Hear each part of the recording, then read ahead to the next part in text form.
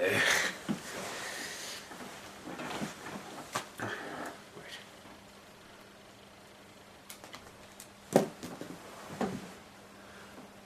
Now, I think what some historians fail to see is that the Crusades were a series of holy wars to free from their land these unclean people and practices that they saw in the Holy Land.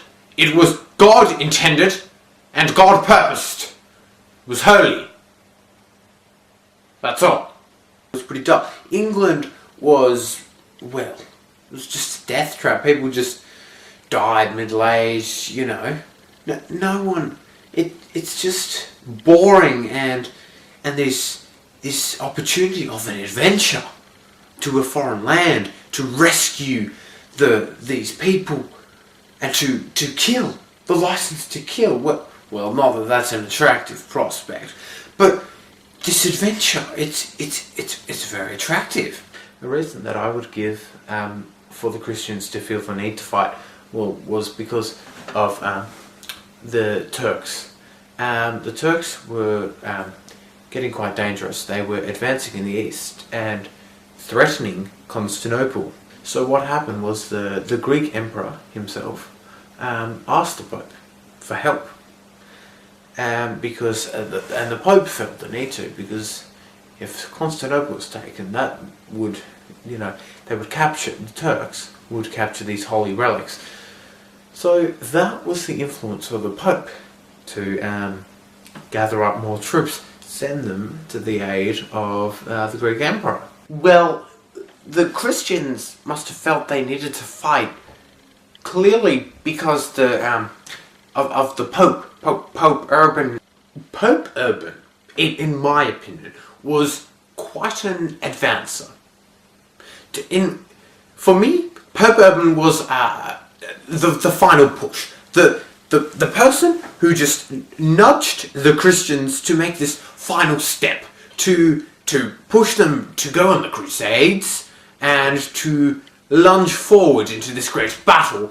The Pope did say that all those who go on a crusade will have a spot reserved for them in heaven. But he didn't know that for sure, because if it was God's will that happened, surely they would have been more successful, wouldn't they? Oh, Pope Urban, like in my opinion, he was a liar. He was doing the right thing. You know, he was a mover. He pushed these people forward, and well, I think he did the right thing. He may have told a few lies and maybe an exaggeration or two, but he often made large exaggerations.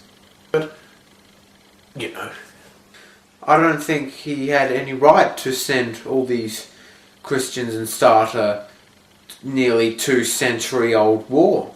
Who says, like, who can say that they haven't lied? هالجلسة احنا نريد نكتشف الخلل وين الخلل.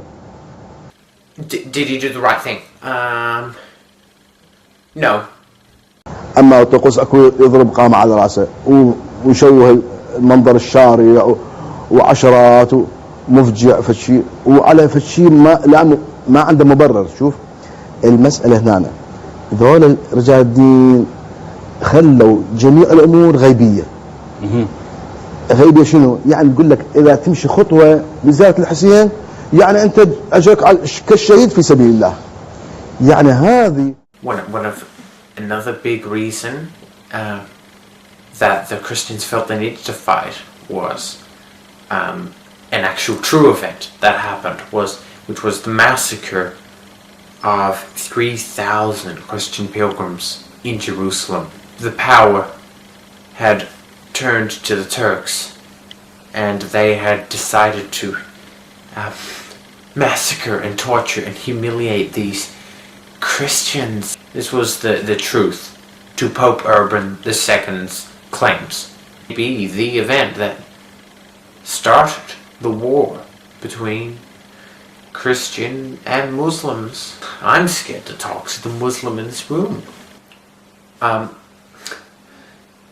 So one of the one of the key reasons that the Christians felt they needed to fight was a little manipulation from Pope Urban.